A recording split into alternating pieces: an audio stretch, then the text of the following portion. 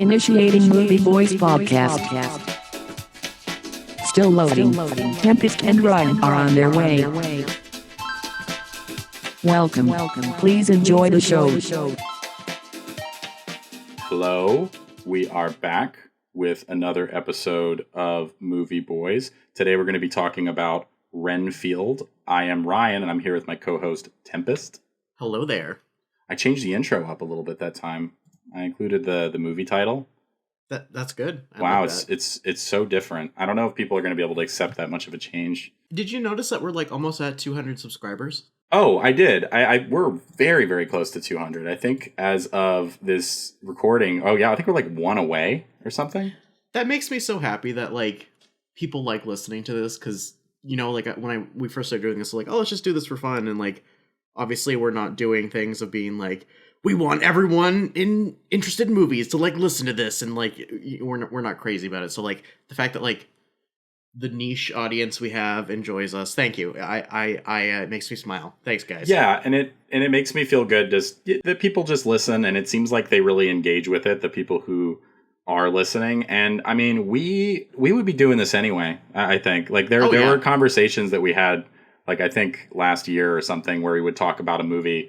And it would just go on for a while, and eventually, obviously, the podcast idea came out of that. But it's like, you know what? I think that's the best way to do anything like this, to be completely honest. It's like, it has to be fun, and it has to kind of just be like, oh, well, we're already going to be doing this, so why not just record it? And it's interesting enough of a conversation anyway. When we talked about the Batman movie for 2 hours, I knew we could do a podcast. Like, that's when I knew. Yeah, we'll have to, I know in the future we talked about doing like a Batman special, but maybe we could eventually get those thoughts recorded. I'm not sure how, I know this is a lot of lead up to this review, but yeah, I'm not sure how we would structure that necessarily, but I guess we could do it by like decade or something. I don't know. Because I wouldn't want to do like one entire episode with every Batman movie. We'd have to like really... We could figure out how to structure it so it wouldn't take fucking forever. Yeah, we'd have to be brief about that. If this is boring, maybe I can just cut it later, but I don't know. The 60-hour original director's cut Batman podcast. Yeah, we're like starving. Like our significant others are trying to bring us food and water as we're just like shivering and talking about Batman. We have bedpans. Okay, no, never mind. I mean, if that can be a Patreon goal or something. If we started a Patreon, like, if we get to this $10, we'll there is no amount of money you could pay me that where I would be like, I want to talk about Batman for 60 hours, 60 like straight. Okay. I could do I could do 10, and that's like 10. That's if I'm like prepared, like not off the cuff. Like I'd have to like get notes and do an outline. Like there's no way yeah. I think I'm around 6 too. Even that sounds kind of awful. So yeah, the synopsis is RENFIELD, the tortured aide to his narcissistic boss, Dracula, played by Nicolas Cage, is forced to procure his master's prey and do his every bidding. However, after centuries of servitude, RENFIELD is ready to see if there's life outside the shadow of the Prince of Darkness. Now, I think that, at least for me, what made me want to see this movie, and why I think a lot of people wanted to see this movie, was Nicolas Cage, and even just in the marketing, just the sentence like Nicolas Cage plays Dracula is just it's just the greatest. It's amazing. And what did you think about this movie overall? If you wanted to start maybe talking about Nicolas Cage, how did you want to jump into this? Before I knew anything about this movie, the first thing I saw was like a promotional image like someone took on set where it's Nicolas Cage as Dracula in like the red outfit, and I'm like, I have no idea what the fuck this movie's about, but I'm going to watch it. Like that, it sold me right there. Like I didn't need any more marketing. I was like, all right, I'm done. We can go see this. And overall, I saw this movie yesterday with a friend, and we both kind of agreed that like this movie was kind of cute and wholesome in a weird way. Yeah, like I know it's like that. Rated R and it's like kind of gory and graphic, but there's like a wholesome undertone message to it, which I was not expecting. Yeah, and I think that comes in with RENFIELD, played by Nicholas Hoult, who is, they sort of frame it with, they frame his relationship with Dracula through these like group therapy sessions.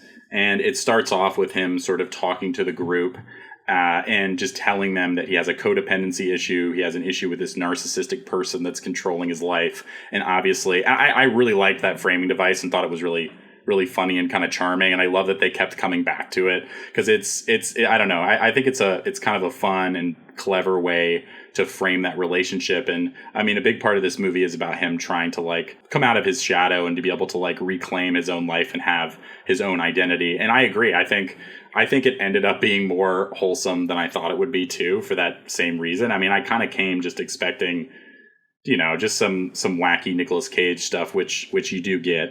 But I really liked the actor who played Renfield too, Nicholas Hoult. I thought that in a movie that I came for Nicolas Cage, I actually liked him quite a bit. I'm curious how you feel about it. I actually don't like Nicholas Hoult at all. I don't know what it is. You know how people have like an irrational hatred of Anne Hathaway? Yeah. He's my Anne Hathaway. I just don't like him. Interesting. I feel like I had to ask my girlfriend Michelle afterwards. I was like, what has this guy been in? Because I really didn't remember him at all. He's been in a lot of stuff. And yeah, I guess he had been in a bunch of the X-Men movies. And yeah, he's Beast in the new X-Men. He was in The Menu that just came out. He was in Fury Road. He was one of the what are they called? Like the side characters, the guys that are like all white and have shaved heads. Yeah. That one is one that surprised me. He was in Warm Bodies, the zombie romantic comedy. He was also a child actor, so he's in some stuff as a kid, and then he was in like some British TV shows. So he's been around.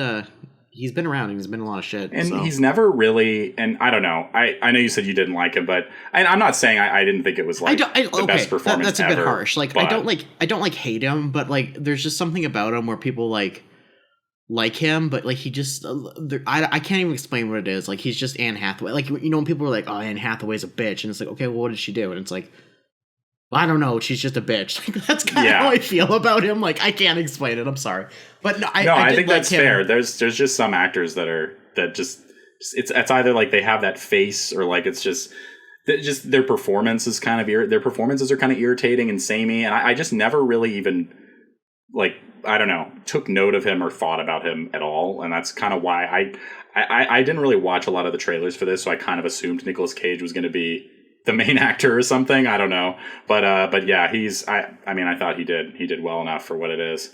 Oh yeah. He wasn't, this is going to sound like confusing and it's very petty and like very much my own personal opinion for how I feel about him. But like, I don't think his performance makes the movie bad whatsoever. I just personally don't like him. Like I have a thing against him. No, he was fine. I thought he did a good job overall. Yeah. And I think that, I don't know. I thought he just worked as that like sort of weaselly. Yeah. Oh, same. Jinx. You just that a weaselly sort of guy that you kind of feel bad for, and throughout most of this movie, and you kind of want him to stand up to Dracula. You know. Oh, could we go back to the support group real quick?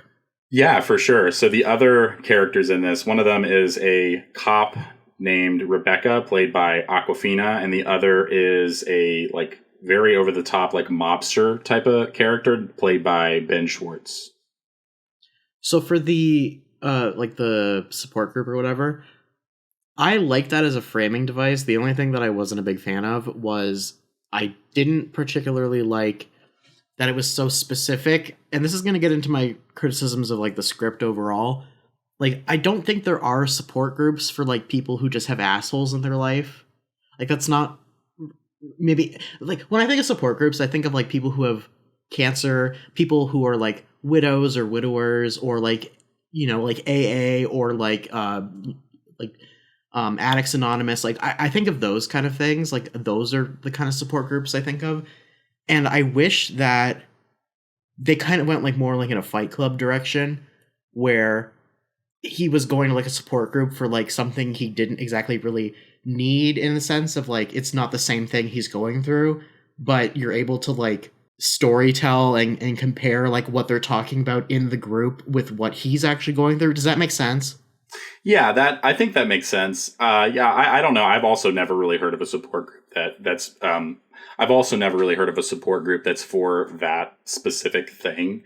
I guess it didn't necessarily bother me, but I mean, if you do stop and think about it, it is very, very specific. Like there would probably be people in a support group, just like a general like abusive support group. Yeah, I feel like it would probably be that. I feel like that would have been better. That's like the one thing I really did not like, and I see as a mark against this movie, is it feels very. They were really like holding your hand and spelling out like what the movie was about. Like they're like codependent relationship, like toxic relationship, like he's a narcissist, blah blah, like all those things. It's very fucking like textbook and very specific, and I think that's kind of a weakness in the storytelling, because you can do a movie and you can tell the exact same story but not use so much like over the top like hand holding language of like, this is what the plot's about kind of thing. That's something I didn't like. Was I wish it was just more like less obvious. Like it almost feels like people, like the writers were like, the audience is stupid, so we have to like spell it out for them what this is actually about. I do think I do see what you mean, and they definitely spelled it out and really made it obvious. But I kind of liked that. I liked the way the metaphor sort of played into the comedy of it. Like I liked just I don't know, him talking about like him being in a relationship with a narcissist, and then eventually there's sort of like a payoff to that in like a punchline, and they get to actually see who it is. And that it is, as ridiculous as it is, it's Dracula doing it. Like, I feel like it's a very silly kind of movie in general. And it's kind of like in its own weird little bizarro universe, like in a lot of the things that happen in the movie. I get that. And like when when he confronts Dracula with the little narcissist, how to spot a narcissist or whatever. I don't remember what it's called, the handbook. Like there's a lot of little, because I see what you mean. It definitely didn't lend itself to being like a better, more like meaningful movie, and it was very on the nose, but I guess I just kind of found it funny and enjoyed like the comedic aspect of it. I thought it kind of worked on that level more than it did, I guess, anything else for me, at least. I guess like let me try to explain it like this way. Like, you know how for Fight Club a lot of the themes are like toxic masculinity, like male ego, like male fragility, like all that stuff. They don't really ever like, I'm thinking back to the movie, but they never really have like lines of dialogue where they talk about anything of those things explicitly. You know what I mean? I don't even know if they even say the word masculine in that movie. It's all kind of. I don't think so. Yeah, it is. That's what I mean. Like it's all kind of implied through the storytelling and the other dialogue that they're having. And I just wish I think that's really smart. I think it's a good choice, and I wish that they did that in this movie, because if you could have done something very similar where it's like, this is clearly what the movie is about, though, like hitting you over the head with what it actually is about. Yeah, and I definitely agree. I feel like it's a very, in a lot of ways, as much as I did enjoy this, but it is a very like dumb and simple movie at the same time. Like, this isn't true. Anything. There's nothing complicated about this, and it could have been more. I like for sure, like what you're saying, but I felt like it was kind of. It was fun in its simplicity. And I'm not talking about making. I'm not talking about making it something different. I'm talking about taking like what the actual like plot of the movie was and just making it a bit better. That's how I feel about it. And I don't know. I don't like it when it's like this hand holding. Like, you know, when you watch fucking movies or like TV shows and it's like people are just really over the head, like hitting you over the head with the dialogue of being like, haha, I'm the PC inclusive character, like that's why we need to hire me for the team, like shit like that. It just I don't know, it just kind of like takes me out of what I'm watching a bit, and it's like you're reading like someone's essay for college or something. It is all very like spelled out and in your face, like for sure. Yeah, like there's nothing subtle about any of this movie, even when it comes to like the, you know, it just being like even when it comes to just what it is, was just at the end of the day. And I don't know. I kind of just, as much as I did have fun with it, I feel like most of what I enjoyed in this movie was just Nicolas Cage's performance. And I think that I would probably, I really think that without him and without his like really fun, campy performance as Dracula and just the comedy that came with that, I don't think I would recommend this. Like if it didn't have that, I don't like, would you recommend it without that? No. Yeah. Like, and I don't even know if it's like if it's an excited like recommendation either. It's just like, I think that it's just I don't know if I want to call it generic, but it's kind of like an okay popcorn movie. I thought it was a good palate cleanser in comparison to a lot of other stuff I've seen lately. Yeah, and even like, you know, Ben Schwartz's character, the over the top like mobster guy he's really hamming it up, like almost even more than Nicolas Cage is in some of the scenes. And then Awkwafina is just kind of doing her typical like Awkwafina thing. Everything is kind of just a joke. And in some ways, the only person who kind of plays it straight is Nicholas Hoult.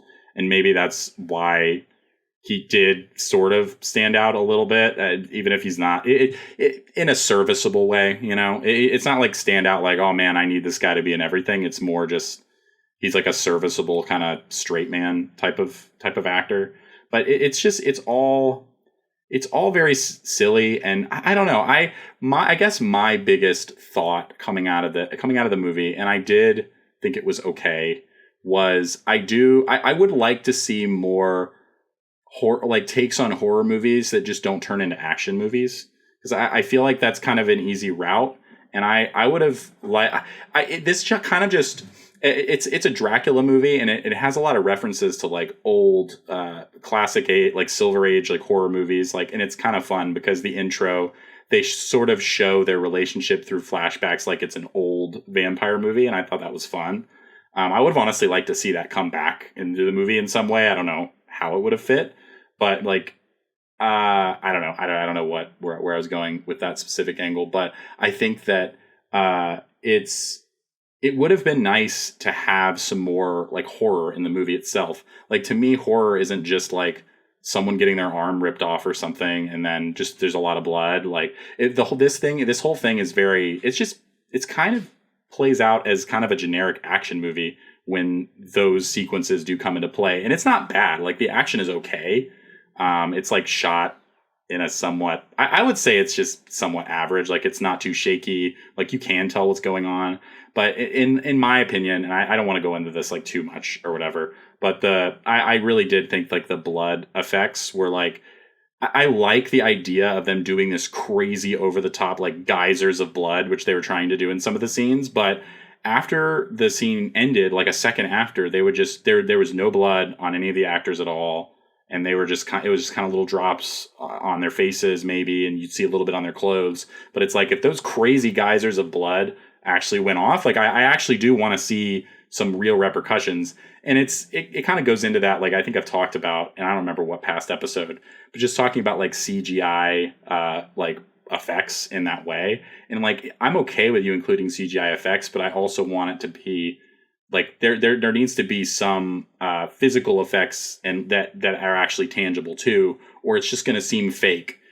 Yeah, or it's just going to come off as like an After Effects plugin, or it's just something cheap they just added in post. Like, let's just make it look like a geyser. And it's like, there are plenty of movies and shows like the Ash versus Evil Dead show, and like there are so many movies. I don't know. There are so many movies and shows that do that so well and are so like brutal and over the top, and do use a little bit of CG, but also it's supplemented with like an actual real effect and like blood, like real blood that makes it feel like it actually happened after the fact.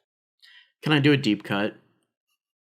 So some of the blood special effects reminded me of the final fight scene in the first Blade movie. Oh, really?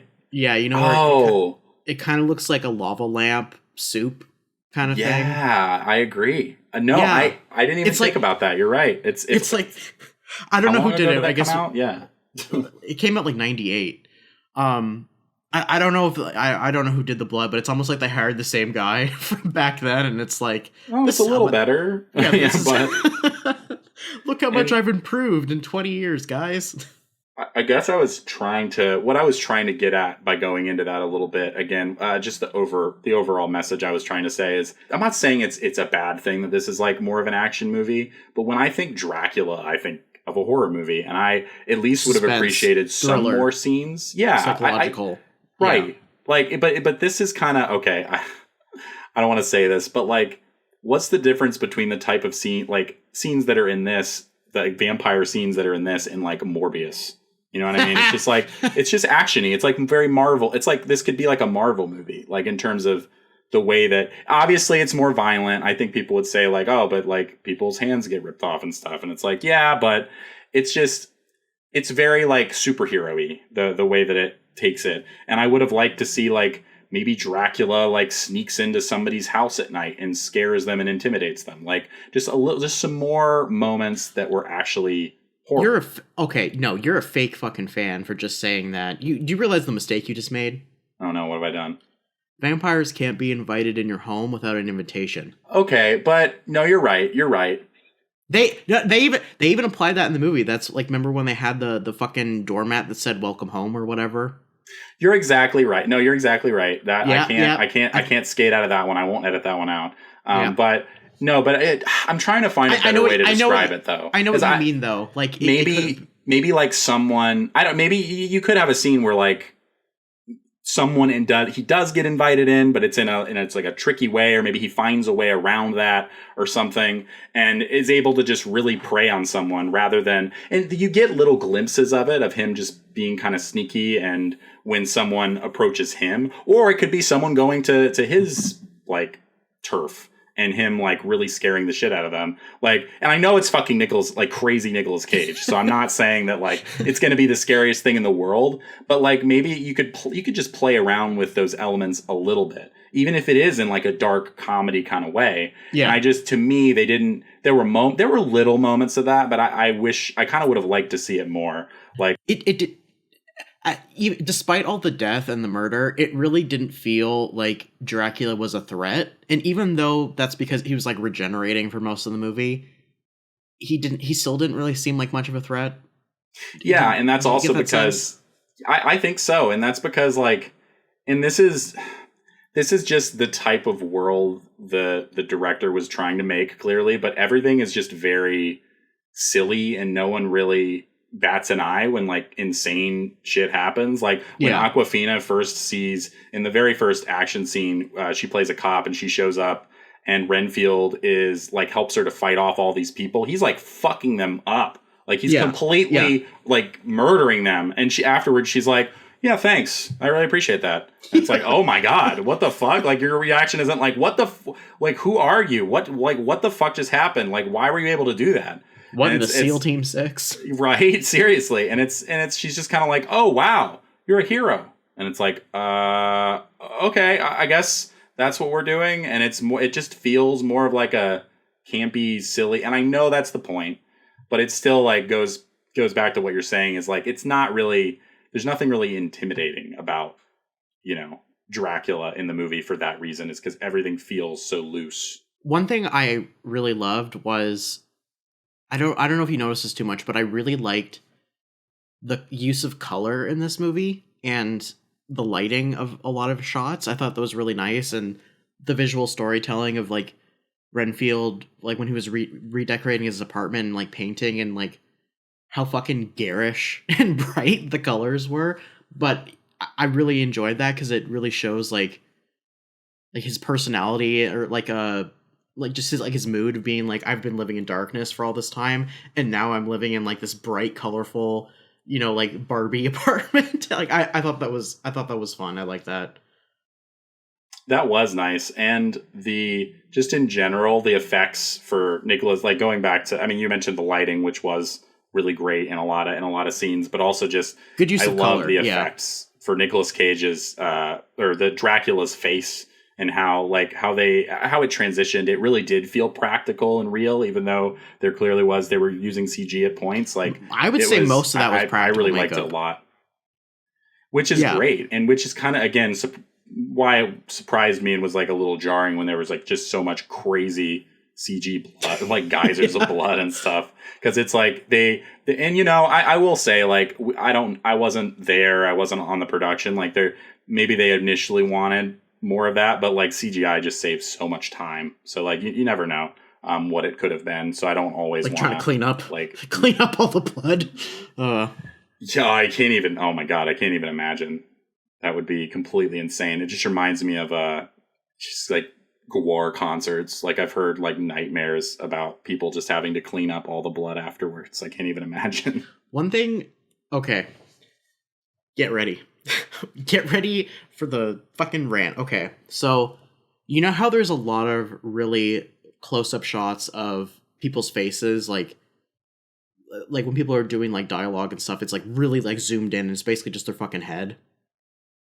Yeah. So during the times when it was Nicolas Cage, he had a jacked up looking wig. And I know that like a lot of people are going to look at this and be like, what are you talking about? But like, it's literally just because I know like so much about like professional hair and makeup and like wigs and stuff. Like I can see it.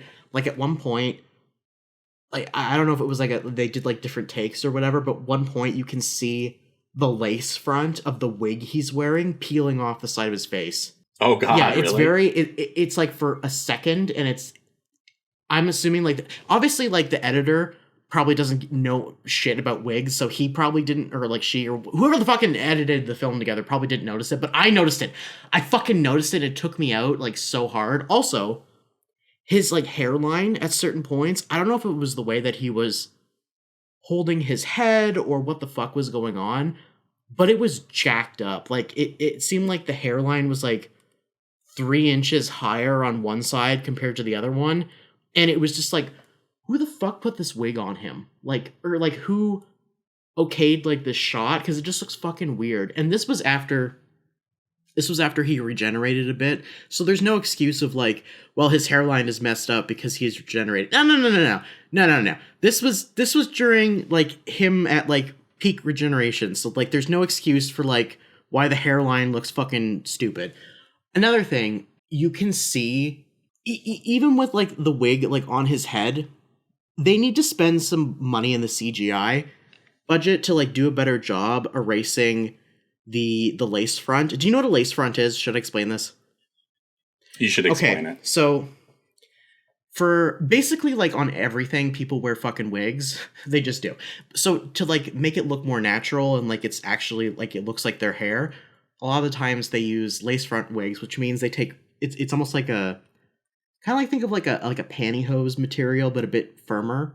And it's like a really fine lace. And then someone goes in and they hand knot and hand tie individual hair strands to the front of the lace. So it actually looks like when you put it on, it actually looks like it's hair coming out of your own scalp and not just like a wig. Does that make sense?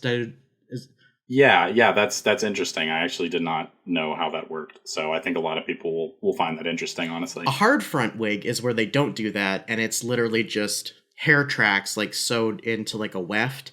And those types of wigs are used often when someone has bangs because you're not looking up at the hairline, so it doesn't matter. Or like if someone's wearing a hat, or you know what I mean, like so you can't see it. It's like Spirit Halloween type of stuff. Like think really cheap fucking like, oh, that's a wig. Wigs. Yeah. But even with like the better quality wigs, like girl, come on. Like I want the fucking person who does the wigs in there with the fucking editors, like going in and just being like, okay, we gotta like, you know, like get rid of the lace or like cut this out or like you need to get rid of that because it looks like the wig is fucking coming off his head. And I can't stand it. That's so funny. When this is released on VOD, I want to look through and try to find that. That's insane. I don't know how I didn't notice it. I will go through and I will pinpoint and I'll freeze frame and I'll zoom in and I'll show you exactly what I fucking mean.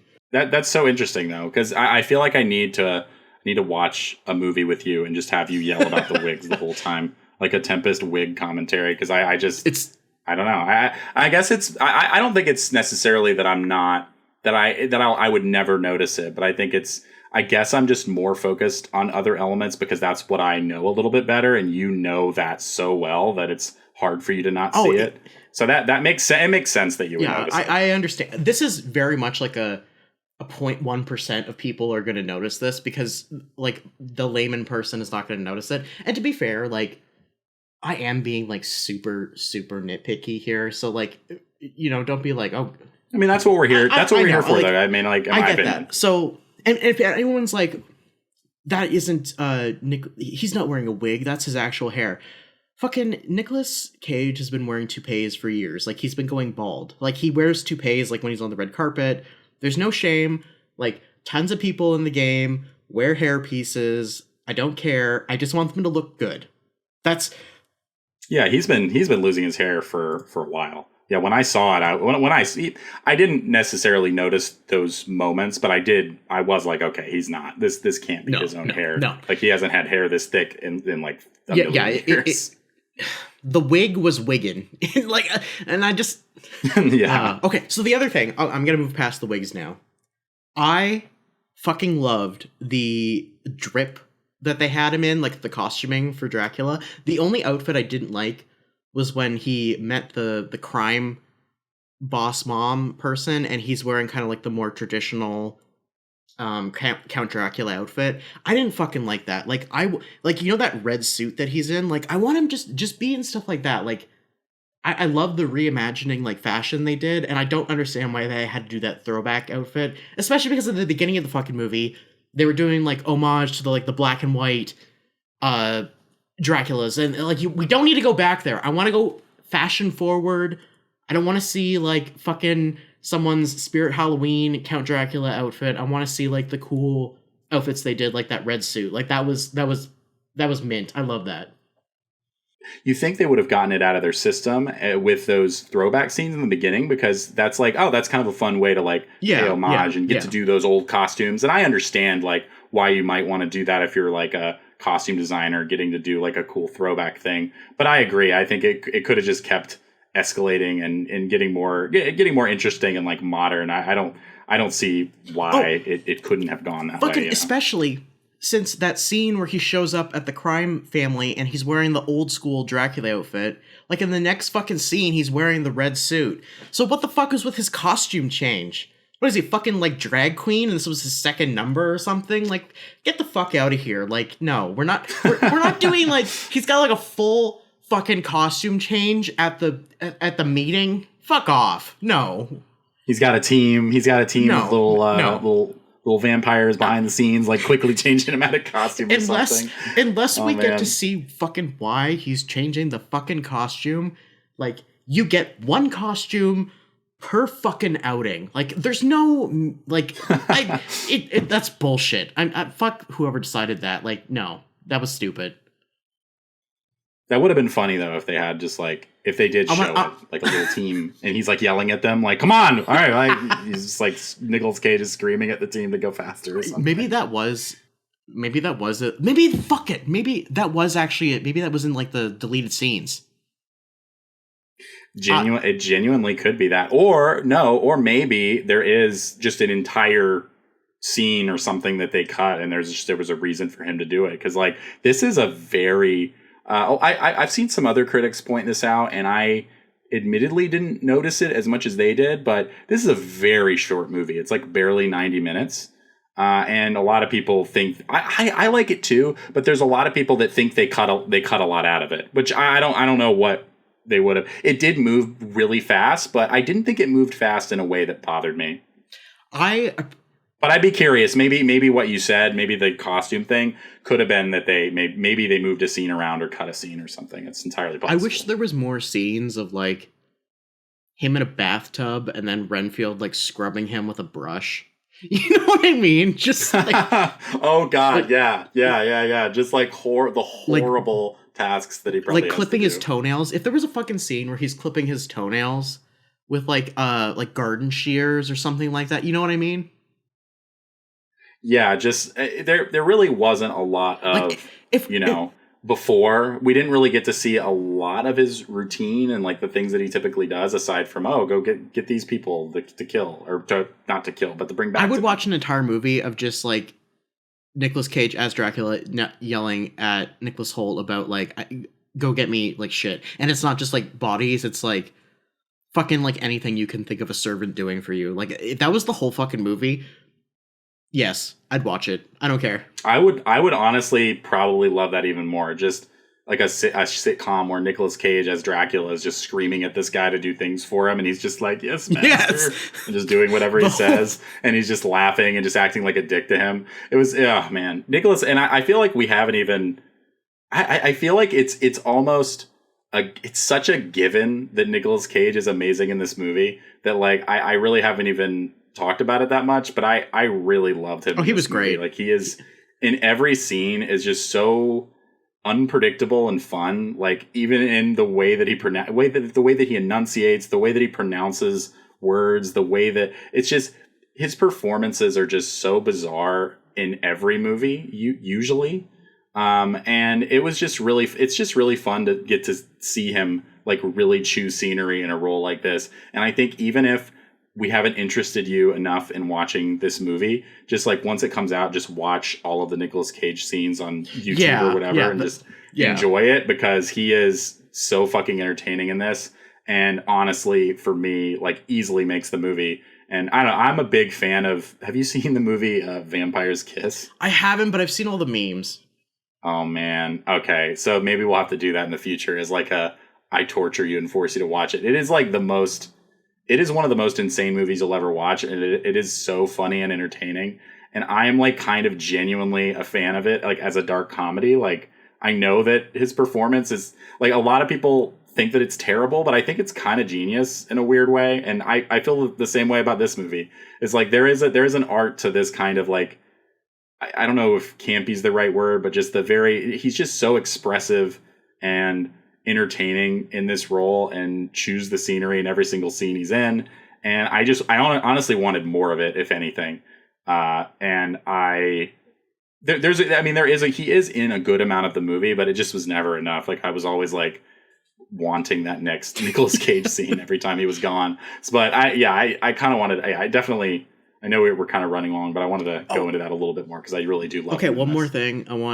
This is another like petty complaint, but I want to see if you notice this. I think the teeth that Nicolas Cage was wearing for the film were practical, except for towards the end when they made the fangs descend out of his mouth. I'm pretty sure that was like CGI, but some of the lines that he gave were a little bit lispy. And, you know, if you got a lisp, that's fine.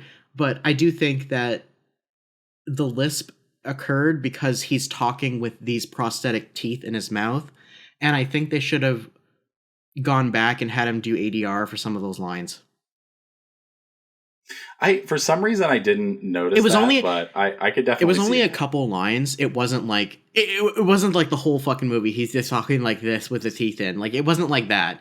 But there was a couple lines where I can tell like, oh, he's lisping because he's got fucking fake teeth in his mouth, which was a really big problem. I don't know if you've watched like Buffy the Vampire Slayer or Angel at all.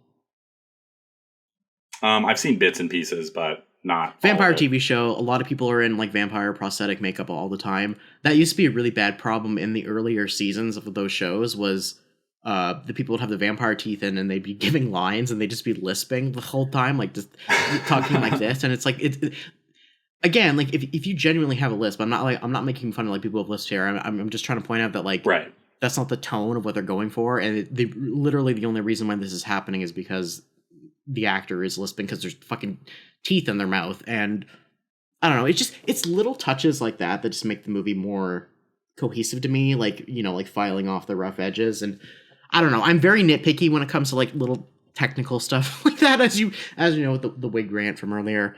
Is there anything else for the movie like you really liked, or like any other thoughts you had about it? I guess now we can just kind of go into our final thoughts. I would say I don't feel that strongly about this movie, to be completely honest, but I did have a good time with it. Like, I think that it's a fun popcorn movie. It's a fun watch. It does have like a nice, like sweet message, even though it really fucking makes sure you know and beats you over the head with it, like obnoxiously. Like you said, like I do agree with that, but I think it's worth seeing for Nicolas Cage alone. And if you want to see something in the theater, like, fuck it, why not? It's not if you're not into scary movies, don't worry about it. It's not. I don't like scary movies, and I didn't find this really scary at all. Yeah, but even if you're not into horror movies, I think you'll enjoy this, and it's just it's just fun. It's just fun watching campy Nicolas Cage. It made me want to go back and watch Vampire's Kiss, which I would also wholeheartedly recommend if you're into crazy Nicolas Cage performances, because it's one of the top crazy Nicolas Cage performances. I wouldn't mind watching that again in the future. Or like not watching it again, like watching it for the first time. Like we should definitely do that. You would. It is insane. And it's nice to see, because I don't want to spoil anything if you probably don't really know a lot about the plot of it. It is bizarre, but I will. If you want to go into your like final thoughts about this. I appreciated like just how easy this movie was to watch. Like I know I said earlier, like it was a bit, hand-holdy with the message it was giving, but it was just fun. And I want to see more movies like this. Like not everything needs to be 6 hours long. Not everything needs to be fucking James Cameron Avatar. We take 10 years to make it. Like I'm okay with just like fun little movies with like fun premises that get made. And I think that if anything about this movie like remotely intrigues you, like I think you would enjoy watching it. Like I don't see why you wouldn't like it. Like unless you're like, I hate vampires and I hate Nicolas Cage, well then this probably isn't for you. But other than that, like this movie's great. It's not like the world's greatest movie. It's like, middle of the road, but it's like a good middle of the road. I feel like we've been getting a good amount of those this year, and I do appreciate it. It's like just quick little breezy, fun popcorn movies to go see that aren't so that are just that work on a basic level. Like I feel like sometimes we forget with a lot of fucking Marvel movies and just certain I can't end a review without having complained about Marvel at some point, but like just with certain movies that I just feel like there's basic filmmaking things and storytelling things that they're not doing right. Like even though this movie is like very obvious with what it's doing, it's got something, like there's something there. It's not oh, well, you got to see the next one, and then maybe there will be an arc in the next one, like a character arc or like some kind of. It's just so it's such a like there's such a simple like beginning, middle, and end, and it's like, oh, it's kind of nice to just have that, and it's just sad that it's reached that point where you don't really feel like you get that in a lot of like big studio, like even some like DC superhero movies where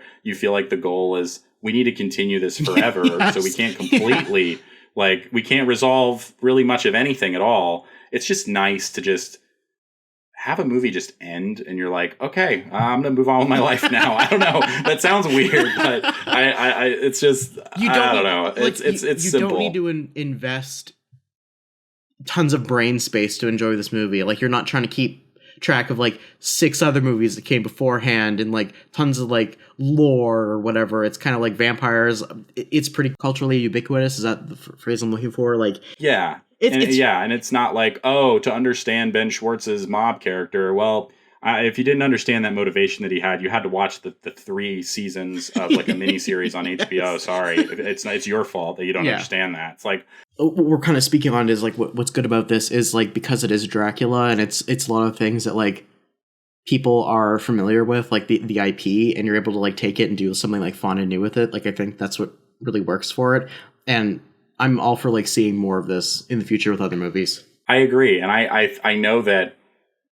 Okay, I did not see the Mummy reboot with Tom Cruise, but I know you did. But I know that was kind of their initial attempt to reboot the old classic like Monsters like series, and it failed miserably. And I heard it was bad. I assume that it's bad, but it's maybe this will be the next version of that, and we'll get some other fun like kind of reimaginings of these classic characters. Like, I agree.